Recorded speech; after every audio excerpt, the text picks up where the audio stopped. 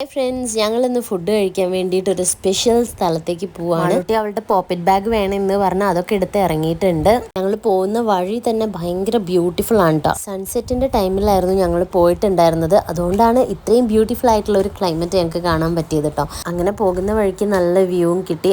എനിക്കാണെങ്കിൽ സൺസെറ്റ് നേരെ ഫ്രണ്ടിൽ വന്നതുകൊണ്ട് ഡയറക്റ്റ് നോക്കാൻ പറ്റാത്തതുകൊണ്ട് ഞാൻ മുബീൻ്റെ ഗ്ലാസ് എടുത്ത് വെച്ച് അപ്പോഴേക്കും അത് മാള് വാങ്ങിക്കൊണ്ടുപോയി. സൺലൈറ്റിലാണ് ഞാൻ തേച്ച ക്രീമിന്റെ കറക്റ്റ് ഗ്ലോ എനിക്ക് കാണാൻ പറ്റിയത്. മാളൂട്ടിയാണെങ്കിൽ ഇത്രയും ബ്യൂട്ടിഫുൾ ആയിട്ട് സ്കൈ കണ്ടിട്ട് അവള് ഭയങ്കര വണ്ടർ അടിച്ച് ഞങ്ങൾക്ക് ഓരോന്ന് പറഞ്ഞ് കാണിച്ചു തരുന്നുണ്ടായിരുന്നു. അങ്ങനെ നമ്മൾ ഏകദേശം ഇന്ന് ഫുഡ് കഴിക്കാനുള്ള സ്ഥലത്ത് എത്താനായി. വണ്ടി നിർത്തിയിട്ട് കുറച്ച് നടക്കാനുണ്ട്.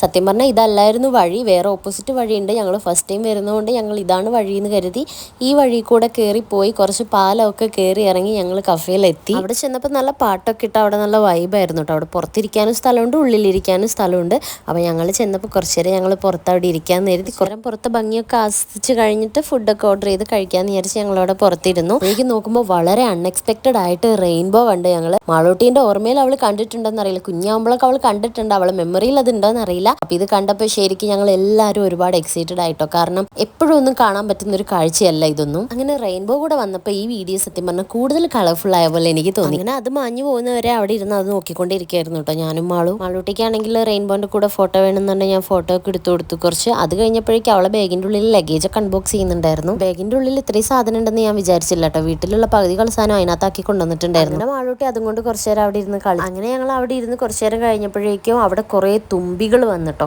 മാളൂട്ടിക്ക് അത് കണ്ടിട്ട് പേടിയാവുന്നുണ്ടായിരുന്നു, അവളുടെ അടുത്ത് കൂടെയൊക്കെ പറക്കുന്നുണ്ടിട്ട്. അങ്ങനെ മുബിക്കാക്കും മാളൂട്ടിയും കൂടെ ഒരു സുലൈമാനിയൊക്കെ ഓർഡർ ചെയ്ത് കുടിക്കുന്നുണ്ടായിരുന്നു. മുബിക്കാക്ക് ലൈം ടീ ആണ് ഓർഡർ ചെയ്തിട്ടുണ്ടായിരുന്നു. കുറച്ച് നേരം കഴിഞ്ഞപ്പോഴേക്കും മഴ ചാറിയിട്ടോ ചെറുതായിട്ട്. അപ്പോൾ ഞങ്ങൾ അകത്തേക്ക് ഇരുന്നു. അപ്പോഴേക്കും ഞങ്ങൾ ഫുഡ് വന്നു. ഞങ്ങൾ പാൽക്കപ്പി ബീഫ് റിബും ആണ് ഓർഡർ ചെയ്തിട്ടുണ്ടായിരുന്നത്. പിന്നെ കൂടെ വെള്ളപ്പവും പറഞ്ഞിട്ടുണ്ടായിരുന്നു, പിന്നെ ചിക്കൻ ഫ്രൈയും പറഞ്ഞിട്ടുണ്ടായിരുന്നു. പിന്നെ കുറച്ച് നേരം കഴിഞ്ഞപ്പോൾ ഒരു മൊയ്റ്റും കൂടെ പറഞ്ഞു. ബീഫൊക്കെ നല്ല വെന്ത് നല്ല സോഫ്റ്റ് ആയിട്ടുണ്ടായിരുന്നു. അതുപോലെ അതിൻ്റെ ഗ്രേവിൻ്റെ ടേസ്റ്റൊക്കെ അടിപൊളിയായിരുന്നു കേട്ടോ. അങ്ങനെ ഫുഡ് കഴിച്ച് തീർന്നാൽ ഞങ്ങൾ അറിഞ്ഞിട്ടില്ല കേട്ടോ, അത്രയും ടേസ്റ്റി ആയിരുന്നു ഫുഡ്. മാളൂട്ടിക്കും ഭയങ്കര ഇഷ്ടമായി. ഫുഡിൻ്റെ ടേസ്റ്റ് കൊണ്ട് മാളൂട്ടി ഡാൻസും കളിക്കുന്നുണ്ടായിരുന്നു ഇടയ്ക്ക്. അങ്ങനെ ഞങ്ങൾ ഫുഡൊക്കെ കഴിച്ചിട്ട് എന്തായാലും അവിടെ നിന്ന് ഇറങ്ങി. ഞങ്ങൾ വന്നിട്ടുണ്ടായിരുന്നത് കടമക്കുടിയിലുള്ള ട്വിലൈറ്റ് കഫേയിലാണ്. കായലിൻ്റെ തീരത്തായതുകൊണ്ട് നല്ല കാറ്റൊക്കെ ഉണ്ടായിരുന്നു കേട്ടോ ഗൈസ്. അതുകൊണ്ട് തന്നെ നമുക്ക് ചൂടെടുക്കുന്നുണ്ടായിരുന്നില്ല ആ കഫേയിലാണെങ്കിലും പുറത്ത് നടക്കുമ്പോഴാണെങ്കിലും ഒന്നും.